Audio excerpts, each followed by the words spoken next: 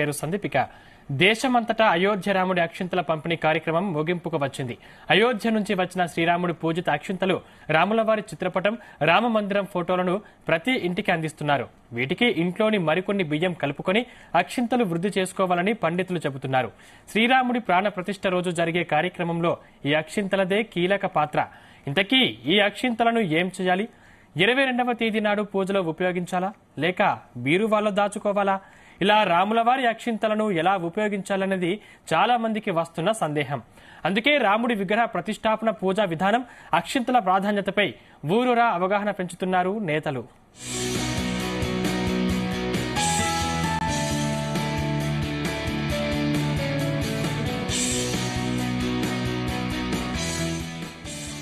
దీనిపై మరింత సమాచారం శ్రీచరణ్ అడిగి తెలుసుకుందాం. శ్రీచరణ్, అంటే ఇంటింటికి పంపిణైన రాములవారి అక్షింతలను ఎలా ఉపయోగించాలి? సందీప్, ఈ రాముడి అక్షింతలకు సంబంధించి మనం ఇక్కడ రెండు విషయాలు ప్రస్తావించుకోవాలి.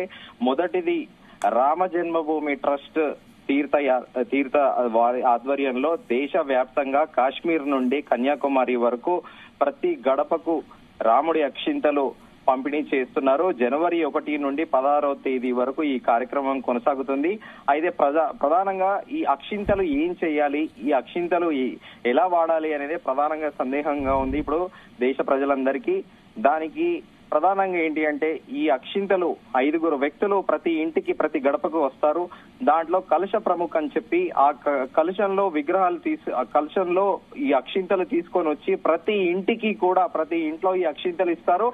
ఆ అక్షింతలతో పాటు బాలరాముడి ఫోటోతో పాటు ఒక సూచిక ఇస్తారు. ఆ రోజు అయోధ్య రామ మందిరం ప్రాణ ప్రతిష్ఠ జరిగే రోజు జనవరి 22వ తారీఖు 2024లో జరిగే ఈ ప్రాణ ప్రతిష్ఠ కార్యక్రమంలో భాగంగా ఆ రోజు ఈ అక్షింతల్ని ఎలా వాడాలి, ఈ అక్షింతల్ని ఏం చేయాలనేదే ప్రధానంగా ఇప్పుడు జరుగుతున్న చర్చ. అయితే ఈ అక్షింతలు అనేది ఈ ప్రాముఖ్యత ఏంటి అంటే, ఆర్కియాలజీ డిపార్ట్మెంట్ వాళ్ళు బాబ్రీ మసీదు కూల్చివేత తర్వాత ఆర్కియాలజీ డిపార్ట్మెంట్ వాళ్ళు చేసిన తవ్వకాలు, వాళ్ళు చేసిన సర్వేలలో బాలరాముడి విగ్రహం బయటపడింది. ఆ బాలరాముడి విగ్రహం బయటపడ్డాక కొన్ని రోజులు సపరేట్ గా అక్కడ హిందువులందరూ ఆ బాలరాముడిని పూజించడం మొదలు పెట్టారు. బాబ్రీ మసీద్ కూల్చిన తర్వాత అయినను ఇప్పుడు అదే బాలరాముడికి పూజ చేసిన అక్షింతలని దేశవ్యాప్తంగా కాశ్మీర్ నుండి కన్యాకుమారి వరకు ప్రతి గ్రామంలో ప్రతి ఇంటికి ఈ అక్షింతలు పంచుతున్నారు. అయితే ఈ అక్షింతలు ఆ రోజు ప్రాణ ప్రతిష్ఠ రోజు జరిగేది ఏం చేయాలి అని అంటే, ముందుగా ప్రతి ఇంట్లో హిందువులు ఉండే ప్రతి ఇంట్లో కూడా దేవుడి మందిరంలో అక్షింతలు ఉంటాయి. ఆ అక్షింతల్లో ఈ అక్షింతలు కలుపుకోవాలి. దానితో పాటు బియ్యంలో కూడా ఇంట్లో వండుకునే బియ్యంలో వేసుకోవాలి. అలాగే లాకర్లు ఉంటాయి ప్రతి ఇంట్లో, ఆ లాకర్లలో పెట్టుకోవచ్చు. ఎవరైనా కొత్త పని ప్రారంభించాలనుకున్నా, ఒక విద్యార్థి కానీ, ఒక వ్యాపారి కానీ, లేకపోతే ఎవరైనా కాంపిటేటివ్ ఎగ్జామ్స్ లో ప్రిపేర్ అవ్వడం కానీ, ఎవరైనా కొత్త ఉద్యోగానికి వెళ్లే వాళ్ళు ఈ అక్షింతలు మీద వేసుకొని వాళ్ళు కొత్త కార్యక్రమాన్ని ప్రారంభించాలని చెప్పేసి పండితులు సూచిస్తున్నారు. అయితే దీంట్లో ఇంకొక ప్రధాన అంశం మనం ప్రస్తావించుకోవాలి.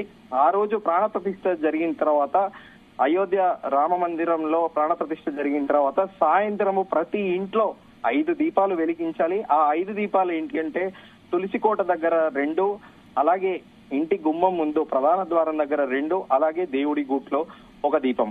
ఈ 5 దీపాలు ఎందుకు వెలిగించాలి అనంటే, ప్రధానంగా 500 సంవత్సరాల కిందట ఆటమన్ ఎంపైర్ నుండి, అప్పటి ఆటమన్ ఎంపైర్ లో భాగంగా ఆటమన్ సామ్రాజ్యంలో ఉజ్బెకిస్తాన్ అనే సామ్రాజ్యం నుండి జహీరుద్దీన్ మహమ్మద్ బాబర్ అనే ఒక విదేశీయుడు భారతదేశాన్ని ధ్వంసం చేయడానికి బయలుదేరాడు. అంతకు ముందే అదే ఆటమన్ సామ్రాజ్యంలోని పక్క దేశమైన కజకిస్తాన్ నుండి వచ్చిన ఇబ్రాహిం లోడిని ఓడించి తర్వాత ఈ రామ మందిర ధ్వంసానికి మొత్తం ఉత్తర భారతదేశాన్ని విధ్వంసం చేయడానికి పూనుకున్న ఈ జహీరుద్దీన్ మహమ్మద్ బాబర్ తన సామ్రాజ్యాన్ని, మొఘల్ సామ్రాజ్యాన్ని భారతదేశం మొత్తం విస్తరించాడు. 500 సంవత్సరాల కిందట మొత్తం 1,90,000 మందిని ఊచకోత కోసి, 100 గ్రామాలకు చెందిన ప్రజలను ఊచకోత కోసి, దాదాపు 70,000 మందిని మత మార్పిడిలు చేసి 2 నెలలు వ్యయప్రయాసాలు కూర్చిన తర్వాత ఆ రామ మందిరం యొక్క ప్రధాన గోపురాన్ని కూల్చిన నేపథ్యంలో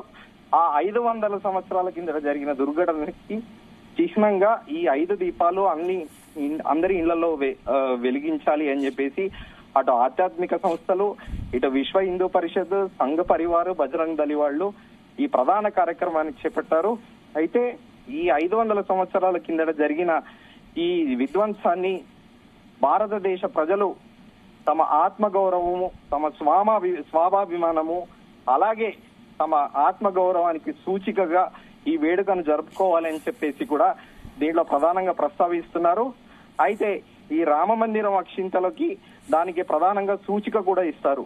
బాలరాముడి ఫోటోతో పాటు ఆ సూచిక ఇచ్చి, ఆ సూచికలో ఆ రోజు ఎలాంటి ప్రాణ ప్రతిష్ఠ జరిగే సమయంలో ఎలాంటివి పాటించాలి, ఏవేవి నిబంధనలు పాటించాలనేది అది బాలరాముడి ఫోటోతో పాటు ఆ సూచిక ఒక కలుష ప్రముఖని వస్తారు. కలుషంలో అక్షింతలు తీసుకొని ఈ ప్రతి ఇంటికి అక్షింతలు పంచుతారు. సందీప్, అంటే నిజంగా దేశవ్యాప్తంగా దేశంలోని చాలా రాష్ట్రాల్లో చాలా గ్రామాల్లో మొత్తం టోటల్ గా అక్షింతలు అనేది పంచడం శుభపరిణామం.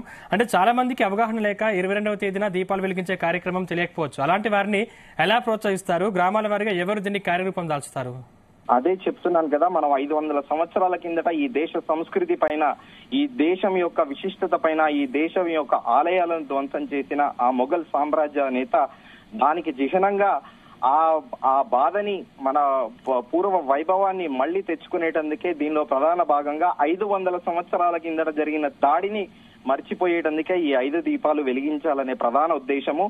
దానితో పాటు ఇక్కడ రామ జన్మభూమి తీర్థ ట్రస్ట్ వారు ప్రధానంగా ఇక్కడ ఈ అక్షింతల ఎంపికలో ప్రధాన ఉద్దేశం ఏంటంటే, దేశవ్యాప్తంగా రామ మందిరం ఎప్పుడైతే అయోధ్య వర్డిక్ట్ వచ్చిందో, రామ మందిరం నిర్మాణం పనులు మొదలయ్యాయో, దేశవ్యాప్తంగా దాదాపు 3,900 కోట్ల విరాళాలు చేరాయి. ఒక దశలో ఇంకా రామ జన్మభూమి ట్రస్ట్ వాళ్ళు బ్యాంక్ అకౌంట్ ని స్తంభించి చేశారు. మాకు ఇంకా ఇక డబ్బులు వద్దు, సరిపోయాయి అని చెప్పి.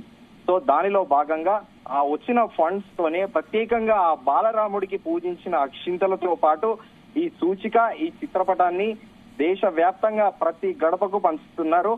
ఈ హిందూ ఆధ్యాత్మికవేత్తలతో పాటు అలాగే ఆధ్యాత్మిక సంస్థలు, బజరంగ్ దళ్, విశ్వ హిందూ పరిషత్, ఆర్ఎస్ఎస్ సంఘ్ పరివారు వీరందరూ కలిసి ఈ యొక్క కార్యక్రమాన్ని తమ భుజాన వేసుకొని దేశవ్యాప్తంగా తిరుగుతున్నారు. సందీప్, ఇదైతే ప్రస్తుతానికి మనం చెప్పుకోవాల్సింది ఏంటి అంటే, దేశంలో ఉన్న ప్రతి హిందువు కూడా ఇది ఒక భావోద్వేగానికి సంబంధించిన విషయము.